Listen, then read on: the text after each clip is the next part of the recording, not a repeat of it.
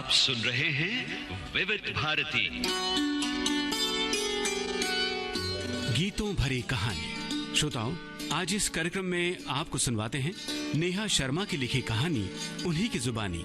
शीर्षक है मुस्कान। आज सुनिए इस कहानी का पहला भाग। तुम हंसती क्यों नहीं? आज फिर उसे किसी ने टोका।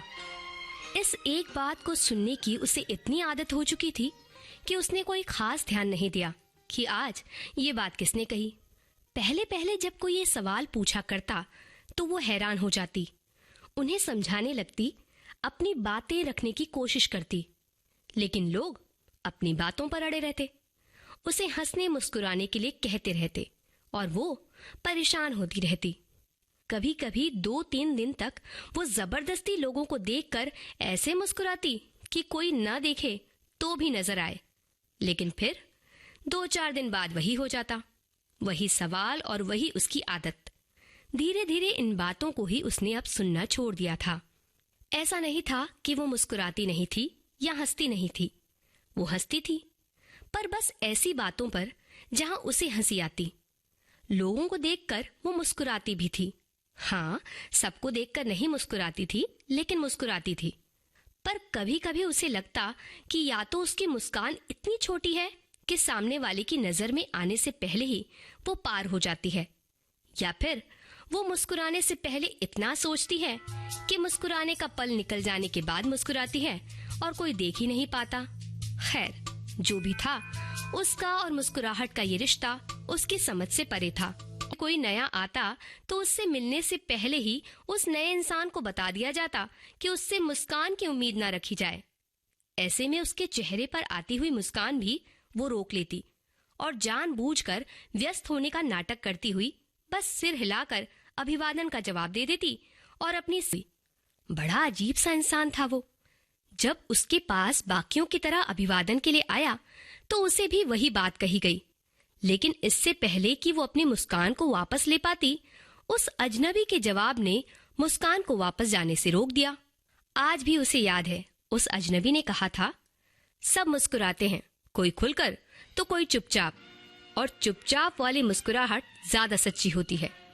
ये कहते ही उस अजनबी ने तुरंत पलटकर उसकी ओर देखा था। वो लाख चाहकर भी अपनी मुस्कान को अंदर ना ले सकी। चेहरे से मुस्कुराहट जैसे चिपक सी गई थी। वो भी जवाब में मुस्कुराया और अपना नाम बताकर जाने लगा, और वो सोच में डूब गई कि क्या उसकी मुस्कान दिखाई देती है या आज भी नहीं दिखाई दी। तभी उसने सोचा, उस अजनबी ने अपना नाम क्या बताया था? शायद ऋषभ दल गया था। ऋषभ जहां होता वहां से हंसी ठहाके गूंजते, न चाहकर भी उसके होठों पर मुस्कान खिल ही जाती। ऑफिस में लोग अब भी उससे बात करने से बचते थे, लेकिन अब उसे महसूस होने लगा था कि वो भी ऑफिस का हिस्सा है। कम से कम ऋषभ तो बातों में उसे शामिल कर ही लिया करता। वो ज्यादा कह नहीं पाती थी, बस कुछ देर सबके पास खड़ी होकर वापस आ जाया करती। पहली बार जब ऋषभ ने दूर से वाणी कहकर उसे पुकारा था तो उसे अपना नाम सुनकर विश्वास करने में 2 मिनट लग गया था। पता नहीं कितने सालों बाद अपना नाम सुन रही थी। इस अजनबी शहर में नाम लेने वाला कोई था भी कहाँ। कोई भी बुलाता तो मैडम कहकर ही बुलाया करता। वो तो शायद अपना नाम भी भूल चुकी थी। उस दिन काम पूरा हो चुका था तो यूं ही बैठी और काम ढूंढ रही थी। उसे कभी कभी अजीब लगता, जब सब अपना काम छोड़कर गप्पे मारते रहते तो वो ऑफिस में पहुंचते ही अपने काम में लग जाती। बस लंच टाइम में खाना खाती और वापस काम। चाय तक काम करते हुए पी लिया करती, जबकि सब अलग से टी ब्रेक भी लेते। अचानक मन में आया, क्यों ना आज बॉस से कहकर घर चली जाए, या उस पास वाले पार्क में कुछ देर बैठ जाए। हुई टहलने लगी, तभी सामने से एक चेहरा मुस्कुराता हुआ आया। एक पल को वाणी उसे पहचान ही नहीं पाई। पास आकर उस चेहरे ने कहा, क्या मैडम, पहचाना ही नहीं? आवाज से तुरंत चेहरा पहचान आया, ये तो ऋषभ था। उसने मुस्कुराने की कोशिश करते हुए कहा, नहीं नहीं, मैं कुछ सोच रही थी इसलिए। वो भी साथ टहलने लगा और अपनी आदत के मुताबिक इधर उधर की बातें करने लगा। वाणी उसकी बातें सुन भी रही थी और शायद नहीं भी, क्योंकि उसके मन में अपनी ही बातें चल रही थी। लोग कितने अलग होते हैं। रोज दिखने वाले चेहरे भी ध्यान से देखो तो कितने अपरिचित से लगते हैं। हम उन्हें एक खास जगह पर एक खास तरीके से देखने की आदत डाल चुके होते हैं, और जब वो उस खास जगह से अलग कहीं और नजर आते हैं या किसी चेहरे को ध्यान से ही देख लो तो भी अचानक कितनी सारी ऐसी बातें सामने आ जाती है जो तो अपनी इस हरकत पर बुरा लगा, लेकिन फिर उसने ये विचार झटक दिया और पास की एक खाली बेंच पर बैठकर पास खेलते बच्चों को देखने लगी। बच्चों ने पत्थर से गाड़ी बनाकर मिट्टी के महल के सामने खड़ी कर रखी थी। वाणी सोचने लगी, बचपन भी कितना अनोखा होता है, ना किसी की चिंता ना फिक्र, हर चीज मानो जादू की छड़ी घुमाते ही हमारे हाथों में आ जाती है। पर सबका बचपन ऐसा कहाँ होता है। कुछ बचपन तो कल्पना लोक से कोसों दूर यथार्थ की कठोर जमीन पर बीतता है, जहां रोटियों की चिंता और सिर पर छत बनाए रखने की जद्दोजहद शामिल होती है। वहां मिट्टी के महल बनाने की न तो फुर्सत होती है और ना ही समय। यादें भी कितनी निष्ठुर होती हैं। कहाँ तो वो यहाँ कुछ पल को शांत बैठने आई थी। वाणी घर से ही सोचकर आई थी कि कल पार्क वाली बात के लिए ऋषभ से माफी मांग लेगी। वैसे उसकी कोई खास गलती तो नहीं थी, लेकिन वाणी को ये बात कचोट रही थी कि उसने हमेशा खुश रहने वाले ऋषभ को शायद दुख पहुंचाया। ये सोचती हुई ऑफिस में घुसी तो जैसे सब कुछ बदला हुआ था। अंदर पहले जैसी शांति थी। चुपचाप इधर उधर नजरें घुमाकर देखा, ऋषभ भी कहीं नजर नहीं आ रहा था। यूं तो उसे कई बार ज्यादा शोरगुल से परेशानी भी हो जाती थी, लेकिन आज की ये शांति कुछ अलग ही थी। किसी से सीधे पूछने का तो सवाल ही नहीं था। आखिर चुपचाप अपनी सीट पर बैठकर काम करने लगी। फटाक जोर की आवाज सुनकर उसकी तो चीख ही निकल गई। घबरा कर देखा तो सामने केक लिए ऋषभ खड़ा था। उसके चेहरे पर वही मुस्कान थी। वाणी कुछ समझ पाती, कुछ पूछ पाती, उसके पहले ही सभी ने एक सुर में happy birthday to you, happy birthday dear Vani, happy birthday to you. Rishabh चहकता हुआ बोला, हैप्पी बर्थडे वाणी, सेलिब्रेशन अकेले नहीं मनाने देंगे। मुझे तो पहले ही लगा था कि कुछ तो खास बात है, तभी कल पार्क में। वो आगे कुछ कह पाता उससे पहले ही बॉस की आवाज ने सबका ध्यान खींचा। Happy birthday Vani and thank you young boy, हमारी बेस्ट एम्प्लॉय का बर्थडे ढूंढने के लिए। ऋषभ बॉस से मिली शाबाशी पर इतरा रहा था। बॉस के सामने वाणी को न चाहते हुए भी केक काटना पड़ा। ऋषभ ने बाकी कलीग्स के साथ मिलकर नाश्ते का प्रबंध भी किया हुआ था। वैसे बाकियों के जन्मदिन वाणी नहीं चाहती थी कि उसकी रुलाई सभी के सामने फूट पड़े और बेवजह का तमाशा बने। वो गलियारे में ही थी कि पीछे से आवाज आई, अरे मैडम बर्थडे गर्ल, ना कोई थैंक यू ना शाबाशी, ये भी कोई बात है। खुद पर इतराता ऋषभ बोलता हुआ चला आ रहा था।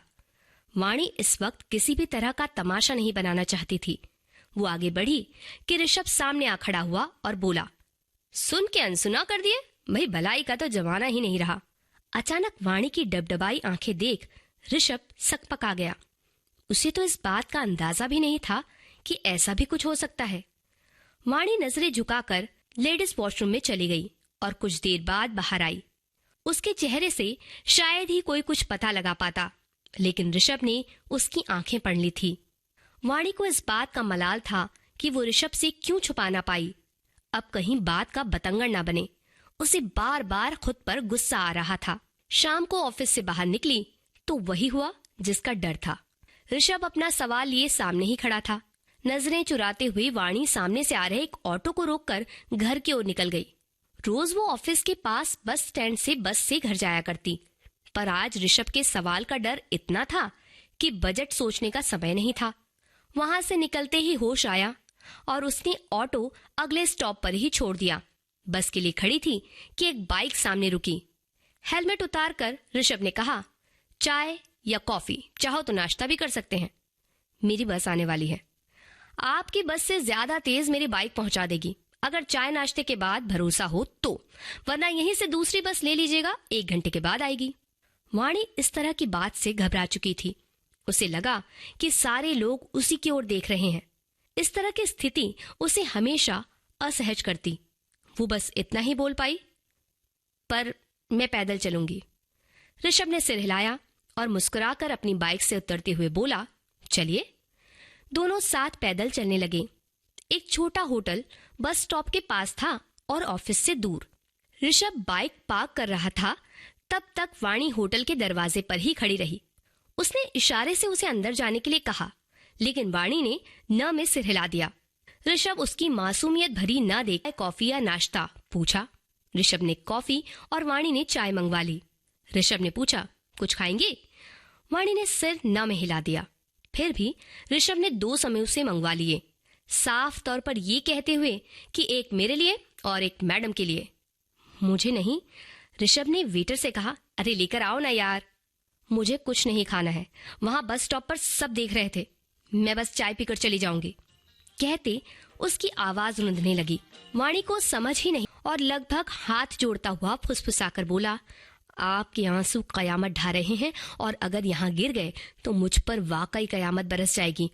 आप आसपास लोगों को देख रही हैं ना, मैं आपको परेशान नहीं करना चाहता, आप बोलो तो मैं अभी यहाँ से चला जाता हूँ। ये कहते हुए ऋषभ उठने लगा तो वाणी ने हड़बड़ाकर उसे बैठने का इशारा किया। ऋषभ के बैठते ही वाणी कुछ कहने को हुई, पर उसकी आवाज रुलाई रोकते हुए रुंध सी गई। किसी तरह खुद को संयत करते हुए उसने कहा, ऐसे मत जाओ। ऋषभ अपने चिर परिचित अंदाज में बालों पर हाथ फिराकर मुस्कुराता हुआ बोला, अच्छा तो मेरा जादू चल ही गया। कोई जादू वादू नहीं है, मेरे पास बिल चुकाने के पैसे नहीं है, इसलिए मना किया है और मैं अपनी चाय के पैसे दे रही हूँ। नाराज होती वाणी ने पर्स से 20 रुपए निकालकर ऋषभ के सामने रख दिया। ऋषभ ने उसकी ओर आश्चर्य से देखा और 20 का नोट वापस करते हुए कहा, पैसे कौन मांग रहा है? कुछ देना ही है तो जवाब दो। जन्मदिन पर क्यों खुश नहीं हो? ये रो रो कर आंखें लाल कर ली है। केक पसंद नहीं आया क्या? अरे एक दोस्त के नाते तो बता सकती हो। वाणी ने ऋषभ को खा जाने वाली नजरों से देखा। अच्छा ठीक है, दोस्त ना सही, कलीग के नाते। हाँ, पर जब दोस्त को नहीं बता रही हो तो कलीग को क्या खाक बताओगी? सही कहा ना? वाणी सामने बैठी ऋषभ की मस्खरी देख रही थी। सोचने लगी, इंसान को इतना समझदार भी नहीं होना चाहिए कि उसे ये पता चल जाए कि सामने वाला उसका मन बहलाने के लिए ऐसी बातें कर रहा है। कप उठाकर एक सांस में चाय पी और 20 ऋषभ बिल चुकाकर लगभग दौड़ता हुआ सा बाहर आया, पर वाणी कहीं नहीं दिखी। उसके बस स्टॉप तक भी जा आया, लेकिन वो वहां भी नहीं दिखी। घर आकर बिस्तर पर पड़ा ऋषभ जेब से वाणी का दिया 20 रुपए निकालकर सोचने लगा, जाने ये लड़की है भी या नहीं। वैसे आम लड़कियों वाले लक्षण तो नहीं है, चाय के पैसे तक चुका गई। भाई लड़कियां तो पॉकेट भी खाली करा देती हैं। यही सोचते आंख लग गई कि नजरों के सामने वाणी का रुलाई रोकता चेहरा आ गया और आंखें खुल गई। एक ठंडी सांस भर ऋषभ बोल पड़ा, न जाने क्या छुपा रखा है अपने दिल में, कुछ कहती भी तो नहीं, लेकिन मैं भी पता करके ही रहूंगा, वरना सोऊंगा कैसे। कहानी का पहला भाग आपने सुना। संपादन आकांक्षा सिंह, प्रस्तुतकर्ता रमेश गोखले। इसी के साथ आज का गीतों भरी कहानी कार्यक्रम समाप्त होता है।